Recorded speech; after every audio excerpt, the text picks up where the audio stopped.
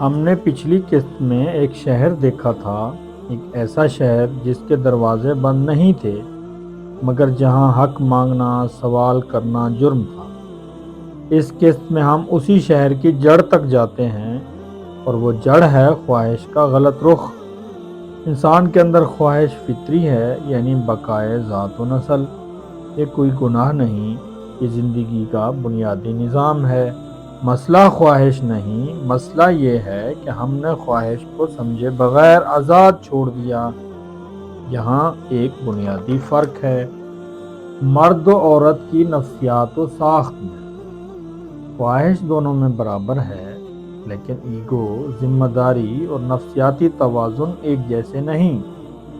عورت کی ساخت میں تحفظ، تسلسل اور تعلق مرکزی حیثیت رکھتے ہیں، مگر باریک مسئلہ زن، زر، زمین سب کو نمبر وار حیثیت حاصل ہے۔ مرد کی ساخت میں ایگو، اختیار، ذمہ داری زیادہ نمایاں ہے، یعنی زن، زر، زمین کو مرکزی حیثیت حاصل ہے۔ یہ کسی چیز پر سمجھوتا نہیں کر سکتا، خاص کر پسندیدہ عورت۔ عورت مرد کے لیے کل، تمام کی حیثیت رکھتی ہے، مگر معاملہ بگڑنے کی صورت میں حقیقی مرد جو انا پرست ہو، اپنی خواہشات کے آگے ہار نہیں مانتا، ٹوٹتا نہیں، ذمہ داری کے طور پر معاملہ نبھاتا ہے۔ جب اس فرق کو نظام میں تسلیم نہیں کیا گیا تو سب سے پہلے مرد ایک قدم نیچے اترا۔ اس نے اپنی فطری ذمہ داری کو چھوڑا اور صرف خواہش پر کھڑا ہو گیا، یعنی عورتوں والا کردار۔ اب اس کے لیے بھی زن، زر، زمین صرف نمبر وار حیثیت اختیار کر گئے۔ حق مل گیا تو ٹھیک، وگرنہ کم پر گزارا، کمزور کردار۔ پھر جب اس غیر ذمہ داری کو معمول بنا دیا گیا تو مرد ایک قدم اور نیچے اترا۔ اب کی بار وہ لاپرواہ نہیں رہا، بلکہ خواہش کے نام پر یہ عورت کے استحصال کا حصہ بن گیا۔ یہ کسی فرد کی کہانی نہیں، یہ ایک غلط نظام کی پیداوار ہے، لیکن تاریخ ہمیں یہ بتاتی ہے کہ ہر دور میں صرف کمزور انسان نہیں ہوتے، بلکہ ہر دور میں قابیل جیسے لوگ بھی ہوتے ہیں، اور فرعون جیسے بھی۔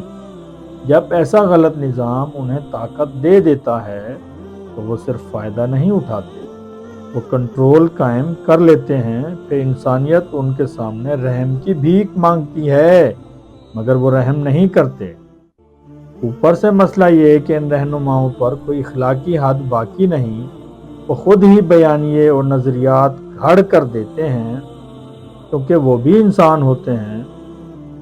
خواہش کے زیر اثر اور جواب دہی کے بغیر جب رہنمائی کرنے والے خود حد میں نہ ہوں تو رہنمائی استحصال بن جاتی ہے، اور جب معیشت غلط ہاتھوں میں چلی جائے تو خواہش ایک صنعت بن جاتی ہے۔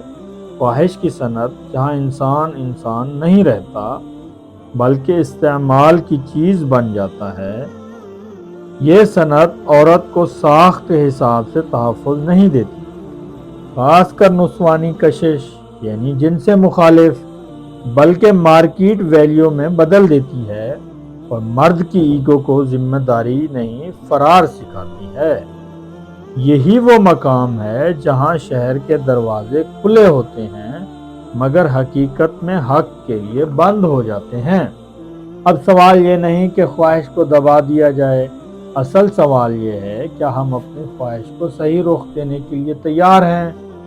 وہ رخ جو فطرت نے بتایا اور جس کی طرف الہامی گائیڈنس نے رہنمائی کی، کیونکہ خواہش اگر حد میں ہو تو زندگی بنتی ہے، اور اگر حد سے نکل جائے تو کھلے دروازوں والا شہر بھی قید خانہ بن جاتا ہے۔ اب سوال یہ نہیں کہ دروازے کھلے ہیں یا بند، سوال یہ ہے کہ حق کس کے لیے کھلا ہے۔